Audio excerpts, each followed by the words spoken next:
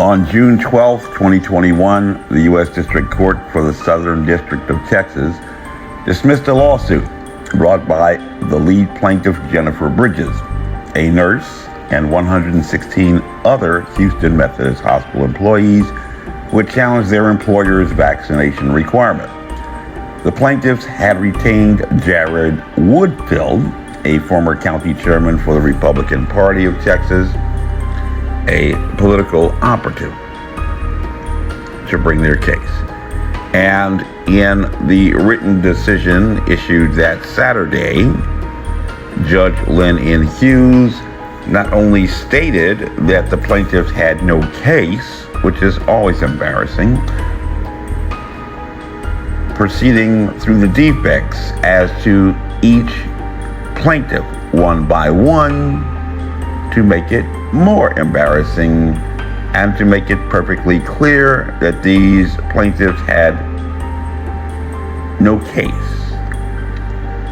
But their attorney, a former party chairman, told the press that this was not the beginning, and he would fight on to the Supreme Court if necessary, which may make for great television or a movie, but is pretty much pointless if you have an attorney that has no case.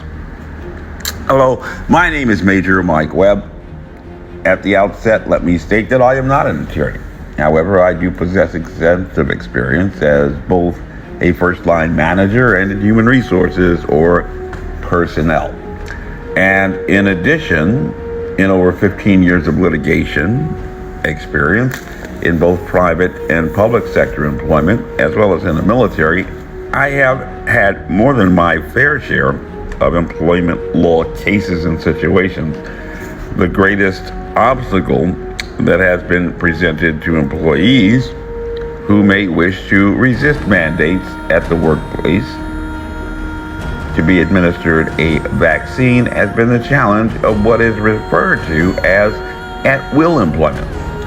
And as you may know, Virginia, along with every state in the country, with the noble exception of the state of Montana, operates under the doctrine of AtWill Employment, meaning that any employer can terminate an employee at any time and for any reason except an illegal one. And that is a distinction with definitely a difference, without incurring legal liability. And in a quid pro quo exchange, or this for that, as translated in the Latin, employees similarly are free to quit at any time for whatever reason. So for the next few moments, we shall explore the paradigm that has been presented in the press as a no-win situation and lost cause in an at-will employment with regard to compulsory vaccines, and prayerfully, if you should find yourself on the wrong side of a judge in court, you will not have to save face with a press release about appealing all the way to the Supreme Court to hide the embarrassing fact that you actually had no case.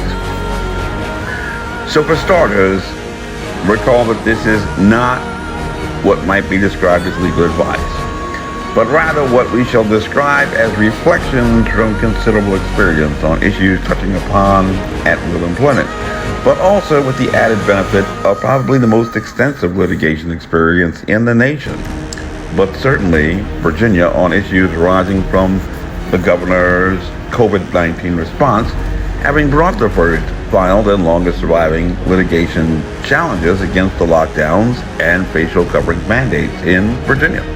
And we are currently poised to present several cases in federal court to challenge the vaccines as well. And from just that experience, I can assure you that if your employer perceives that most people believe that you have no choice but to go along with the program or walk, they are more likely than not going to enjoy that leverage in the absence of sufficient, shall we say, evolutionary pressure. Remember that once you sign an employment agreement, you are a businessman too. So you have to know the art of the deal or suffer the consequences. Natural selection, survival of the species, your body, your choice. And in the Commonwealth of Virginia, one of the last cases to decide an issue arising from at-will employment was the case of Johnson v. William E. Wood and Associates back in 2016.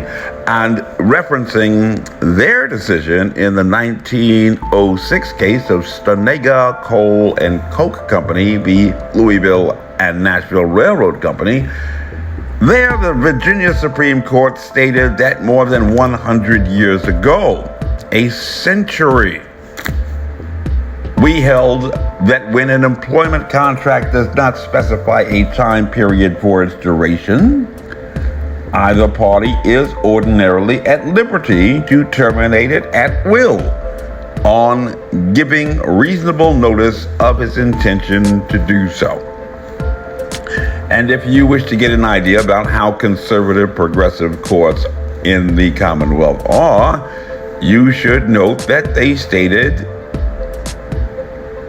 and actually reiterated in the Johnson case in 2016 that although we have repeatedly stated that the notice given must be reasonable, we have not addressed what reasonable notice means, and specifically whether reasonable notice means advance notice.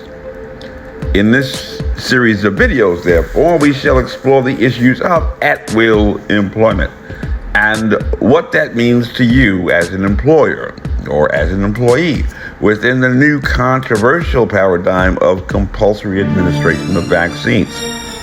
You may have more opportunities than that which you are aware. Always remember that situational awareness is your friend, and that even in a public health crisis, your best immune defense system may not be a vaccine, but is actually located between your ears. This briefing is unclassified, as you were. My name is Major Mike Webb, and by God, I am running for Arlington Public School Board. Let's keep Mike Webb away from our schools. Honest. Carry on.